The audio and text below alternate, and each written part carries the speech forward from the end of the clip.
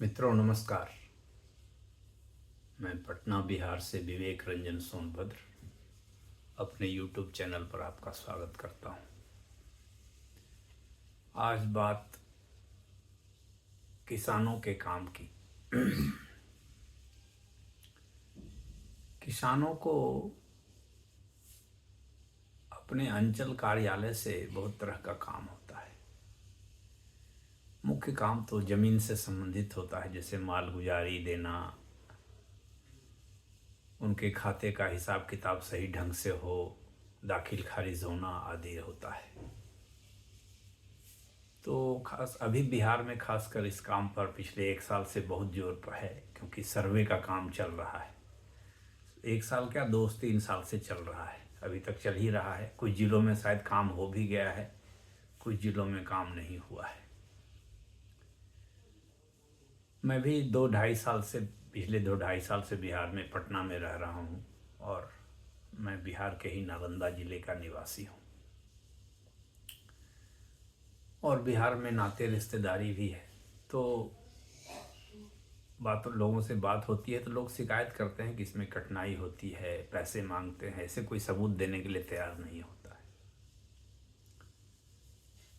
लेकिन अंचल कार्यालय में काम कैसे होता है, इसका कुछ अनुभव मुझे भी है।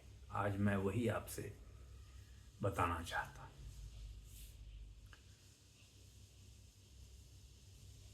मेरे परिवार के द्वारा कुछ मालगुजारी 2018 में जमा कराई गई थी। वो था 2013 से 2018 के बीच का, मेरी माँ ने जमा करवाया था। वो जमाबंदी मेरे नाम से है, और मेरे छोटे भाई के नाम से अलग से भी जमाबंदी है, तो दोनों का वो रसीद कटवाया था मैनुअली। तो लेकिन वो रसीद कंप्यूटर पे अपलोड नहीं, चढ़ी नहीं थी कि बकाया दिख रहा था। तो बकाया दिख रहा था तो आगे के भुगतान की प्रक्रिया नहीं हो पा रही थी।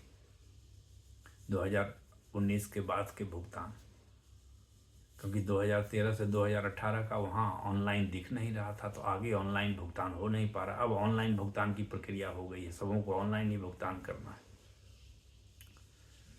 तो मैंने अंचल अधिकारी को एक पत्र लिखा कि भाई इसे जो रसीद है इसको चढ़ा दिया जाए, अपडेट कर दिया जाए, जिससे कि मैं आगे इसका भुगतान कर सकूं।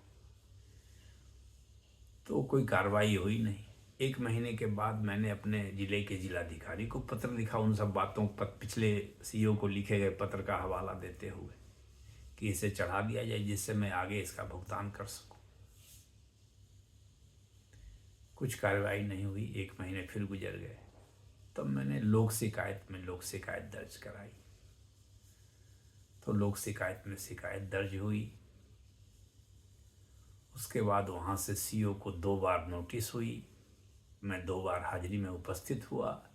उसके बाद उस कर्मचारी महोदय ने हमसे संपर्क करके हमारे रसीद का फ़ोटोकॉपी लिया, जबकि रसीद की फ़ोटोकॉपी उनके पास पहले से ही थी, और तब उसको चढ़ाया।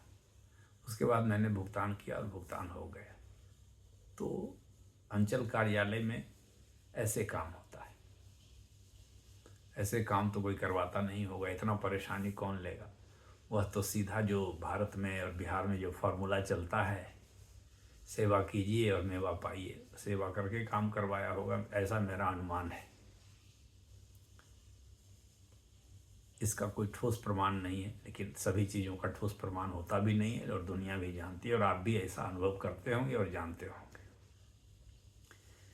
आगे फिर ये हल्ला था कि सर्वे होने वाला है, फॉर्म जमा करना है, उसके साथ ये रसीद जमा करनी है, उसके साथ वंशावली जमा करनी है। यह काम कितने दिनों चला और कितनी आपाधापी मारा मारी हुई है तो आप जानते हैं।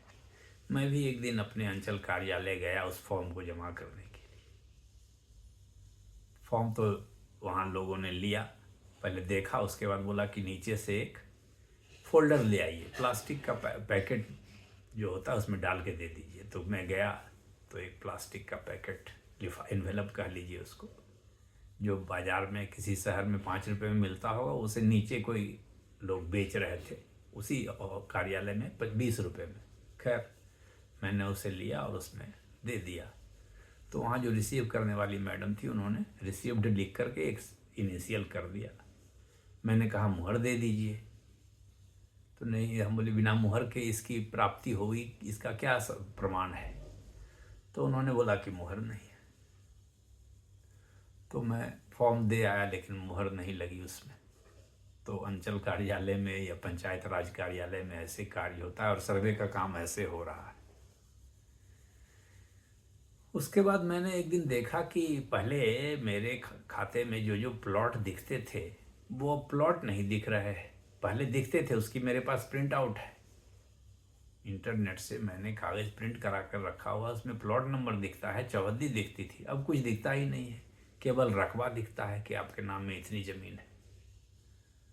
तो जब उस दिन मैं ब्लॉक कार्यालय गया था तो लोगों से कहा, तो लोगों ने कहा कि आप परिमार्जन प्लस पर जा कर के अपना ऑनलाइन सुधार के लिए आवेदन दे दीजिए। खैर, ऑनलाइन सुधार के लिए मैंने आवेदन दिया फरवरी के महीने में, 22 या 24 तारीख को दिया। 28 फरवरी को वो रिजेक्ट हो गया कि ये कागजात की कमी है, वो ऐसा मिलान नहीं खाता है, खतियान से मिलान नहीं खाता है, जो भी हो उन्होंने। जबकि वो बहुत दिनों से उसमें प्लॉट नंबर दिख रहा था, चौहद्दी दिख रही थी, कितना हर प्लॉट का रकबा है, सब कुछ दिख रहा था पोर्टल पे। अब अचानक वो सब गायब हो गया। बताइए ये कैसे गायब हो गया? तो अंचल कार्यालय में और ये ऑनलाइन होने में, डिजिटाइजेशन होने में यह सब परेशानी आ रही। बिना परेशानी के परेशानी रैयतों को, किसानों को हो रही है। और सरकार कह रही है कि हम इतना अच्छा काम कर रहे हैं, हम ये कर रहे हैं, हम सब कुछ ऑनलाइन कर दिए हैं। खैर, तो मेरा आवेदन उन्होंने रिजेक्ट कर दिया। मैंने फिर 4 मार्च या उसके 1-2 दिन पहले फिर सब कुछ कागज़ वगैरह, कुछ अतिरिक्त कागज़ लगा करके दाखिल कर दिया। तो अब 4 मार्च से आज अप्रैल के 12 तारीख हो गए, यानी 1 महीना 8 दिन से ज़्यादा होने जा रहा है। अभी तक उस पर वो प्रोसेसिंग पेंडिंग ही है, जबकि कहा जाता है कि 15 दिन में डिसाइड हो जाता है, कर देना है। तो 1 महीने 8 दिन हो गए, अभी तक कुछ हुआ नहीं है। परिमार्जन प्लस पर वो कागज़ मैंने जो अतिरिक्त कागज़ दे करके फिर से सबमिट किया, वो उसमें 1 महीने 8 दिन हो गए, कोई कार्रवाई नहीं, वो कर्मचारी के पास लंबित दिखा रहा है। तो राजस्व वसूली और ज़मीनों के प्रबंधन का कार्य अंचल कार्यालय में इस ढंग से हो रहा है और इस ढंग से होता है। तो जब मेरे जैसा तथाकथित पढ़ा लिखा आदमी, जो थोड़ी हिंदी जानता है, जो थोड़ी अंग्रेजी जानता है, जो थोड़े 4 लाइन लिखना जानता है, जो 4 लाइन बोलना जानता है, ठीक है, टूटी फूटी गलती के साथ ही ऐसा कुछ हो, जब उसको इतनी दिक्कत हो रही, तो जो हमारे किसान भाई कम पढ़े लिखे हैं, केवल दस्तखत ही करना चाहते हैं, थोड़ा अपना पढ़ना लिखना जानते हैं, कोई आवेदन नहीं लिख सकते हैं, ये ऑनलाइन पोर्टल पे नहीं जा सकते, उनको कितनी समस्या होती होगी। और पोर्टल वाले उनको क्या क्या बताते होंगे, क्या क्या घुमाते होंगे, ये समझ लीजिए। तो सरकारें कहती है कि हम तो सब कुछ सुगम कर दिए हैं, लेकिन सुगम करने के फेरा में वो दुर्गम हो जाता है, परेशानी बढ़ जाती है। तो सरकार को इन सब चीज़ों का भी ध्यान रखना चाहिए। और सरकार और सरकारी व्यवस्था, कर्मचारी, अधिकारी को यह सोचना चाहिए कि यह किसान जो है मेरा भाई है, मेरा परिवार है, इसी की सेवा के लिए मैं यहाँ बैठा हूँ। उसकी सेवा के लिए मुझे वेतन और भत्ते दिए जा रहे हैं। अगर उसकी सेवा में त्रुटि रह रही है तो आप वेतन और भत्ते के हकदार नहीं हैं। तो अंचल कार्यालय में रैयतों का, किसानों का स्वागत होना चाहिए। उनकी समस्या को कोई आगे बढ़कर देखना चाहिए, तब लगेगा कि हम कोई लोकतांत्रिक राज्य में हैं, हम कल्याणकारी राज्य में हैं और जनता जनार्दन है। नहीं तो जनता को जनार्दन कह करके केवल चिढ़ाने वाली बात होगी। जनता तो बेचैन है, व्यग्र है, परेशान है, वो जनार्दन कहाँ है? जनार्दन कभी परेशान होता है? जनार्दन तो आदेश करता है। जनार्दन तो कृष्ण भगवान की तरह सुदर्शन चक्र चलाता है। तो खैर, जो भी हो, अंचल कार्यालय में कैसे काम होता है वो मैंने अपना अनुभव आपको बताया, तो आप भी जानें कि समस्या क्या है और कैसे है, क्यों है, यह भी जान लें और आगे कदम बढ़ाएं। समाज को बेहतर बनाने के लिए, अपने परिवार की मुसीबतों को दूर करने के लिए प्रयास करें। किसी के झांसे में ना आए, किसी को कोई पेशगी, घूसखोरी का मौका न दें, किसी को कोई नाजायज़ पैसा न दें और अपना काम कराने के लिए तत्पर रहें। किसी सजग आदमी को पकड़ें, अपने जनप्रतिनिधियों को शिकायत करें कि भाई ब्लॉक में तो पैसे मांगता है आपका आदमी। ये सब करिए, जगिए, बिहार को जगाइए, बिहार को बेहतर बनाइए। यही मेरी अपील है, अनुरोध है, मनोकामना है। आपका दिन शुभ हो। धन्यवाद, नमस्कार। आप मेरे वीडियो देखें, पसंद हो तो लाइक करें, शेयर करें, सब्सक्राइब करें। मैं आपके काम की चीज़ें बराबर डिस्कस करता रहूँगा, उठाता रहूँगा, जिससे कि आपकी समस्या हल हो। मेरा किसी से कोई दुश्मनी नहीं है, कोई ईर्ष्या नहीं है, मेरी कोई व्यक्तिगत महत्वाकांक्षा नहीं है, लेकिन हाँ, अपने अनुभवों के आधार पर लगता है कि जनता को परेशानी होती है। जनता रिसीविंग एंड पे है, जो उसको कह दीजिए, जैसे कर दीजिए वैसे बेचारी सब कुछ सहने के लिए तैयार है।